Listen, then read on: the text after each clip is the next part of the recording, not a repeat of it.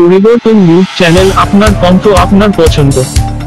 নমস্কার, পরিবর্তন news channel আপনার স্বাগত আছে। নতুন আপডেট জন্য চ্যানেলকে লাইক, সাবস্ক্রাইব ও কমেন্টস করুন। আজকে আপডেট। আজ 8 মার্চ আন্তর্জাতিক নারী দিবস। তার আগে নারী সম্মান এবং সমস্যা অন্যায় আচরণের বিরুদ্ধে ক্ষোভ প্রকাশ করেন জয়প্রকাশ জনতা দল জাতীয় সাধারণ সম্পাদক অশোক দাস।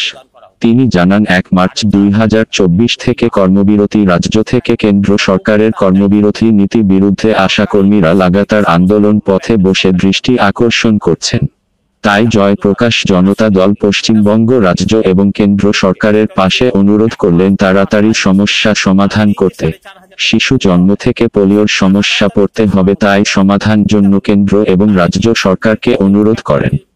দেখুন, জয়প্রকাশ জনতা দলের রাষ্ট্রীয় সাধারণ সম্পাদক হিসাবে আমি অশোক দাস, যে এই আশা কর্মীরা সারা পশ্চিমবঙ্গে তারা যে আন্দোলন করছেন, আন্দোলনের যে দাবিগুলো আছে, প্রথম কথা হচ্ছে তাদের যে ভাতা প্রদান করা হচ্ছে 4,500 টাকা করে প্রতি মাসে, সেটা এখন সর্বোপরি তারা চাইছেন যে সরকারি স্বীকৃতি সমস্ত রকমভাবে একজন সরকারি কর্মচারী যেটা পান তাদের দেওয়া।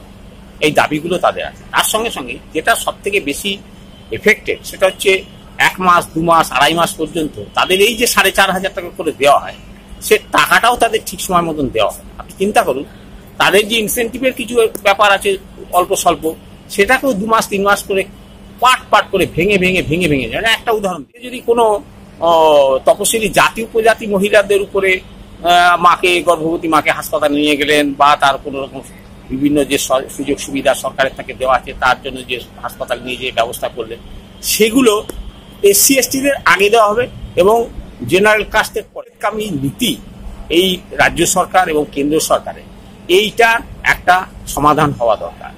তারা কিন্তু করছেন না, কিন্তু সরকার করছেন। তারা কিন্তু সকলকে সমান দৃষ্টিতে দেখছেন। এই যে তাদের ঠিক সময় মতন যে কোনো দপ্তর দেখুন, তাতে মাস মাইনে 1 তারিখে টাকা পেয়ে যান। এরা তো দিন রাত 24 ঘন্টা কাজ করছে। কারণ হচ্ছে একজন রাত্রি 12টা, 1টা, 2টোর সময় একজন গর্ভবতী মা তিনি যদি ফোন করলেন আশা ওয়ার্কারকে, আশা কর্মীকে, সঙ্গে সঙ্গে তিনি তার বাড়িতে পৌঁছে গেলেন।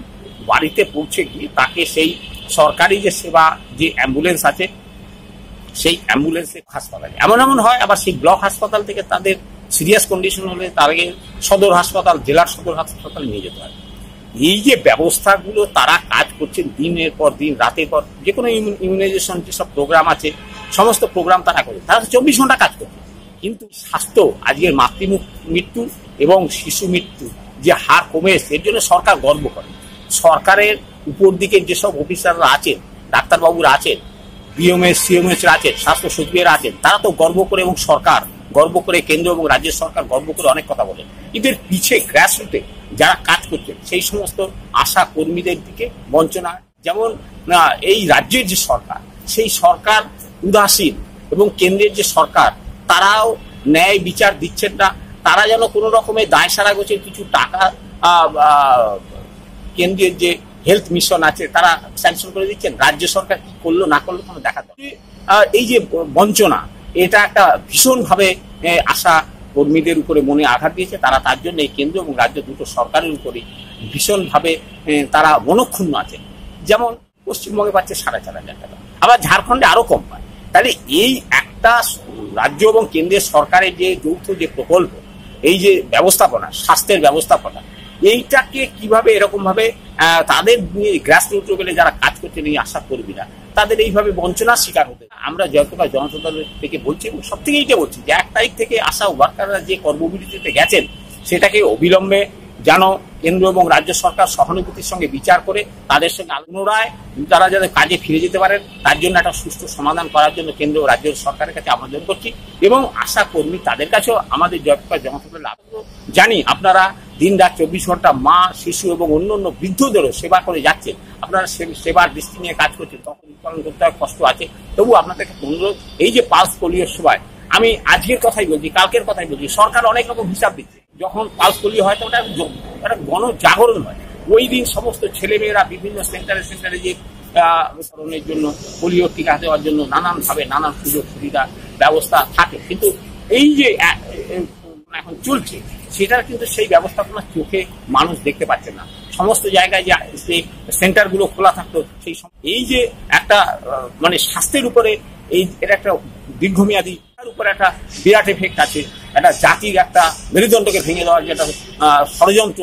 তো আগামী দিনে এই শিশু যাদের এই পালস পোলিও টিকাকরণ অন্যান্য টিকার যদি গোলামি করে কেন্দ্র এবং রাজ্য সরকার এদের সঙ্গে আলোচনা করবো না, দেখিয়ে রাখি করে। আর সব থেকে দুঃখ এবং বেদনার বিষয় এইটা যে এই যেসব মায়েরা কাজ করছেন, যেসব মায়ের কাছে সরকারি অফিসারদের কাছে গেলেই বলা হয় যে যান আপনারা না পারেন কাজটা ছেড়ে দিন। কেন এইভাবে সরকারি অফিসার ঊর্ধ্বতন কর্তৃপক্ষ এইরকম হৃদয়হীন ভাবে নির্দয় ভাবে এইসব কথাগুলো আমি দু একটা জায়গায় তাদের কাছে শুনেছি, আশা কর্মীদের কাছে।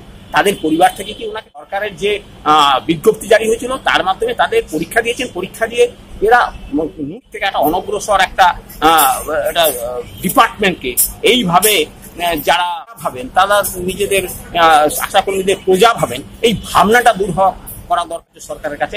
আমরা জয়প্রকাশ জনতার পক্ষ থেকে আবেদন জানাচ্ছি যে এটা মানবিকতার সঙ্গে যেমন আশাকর্মীরা কাজ করছেন, সরকার কেন্দ্র এবং রাজ্যের দুটোই তারাও যেন মানবিক দৃষ্টিকোণ থেকে এদের সমস্যার সমাধান করার জন্য ব্যবস্থা নেয়।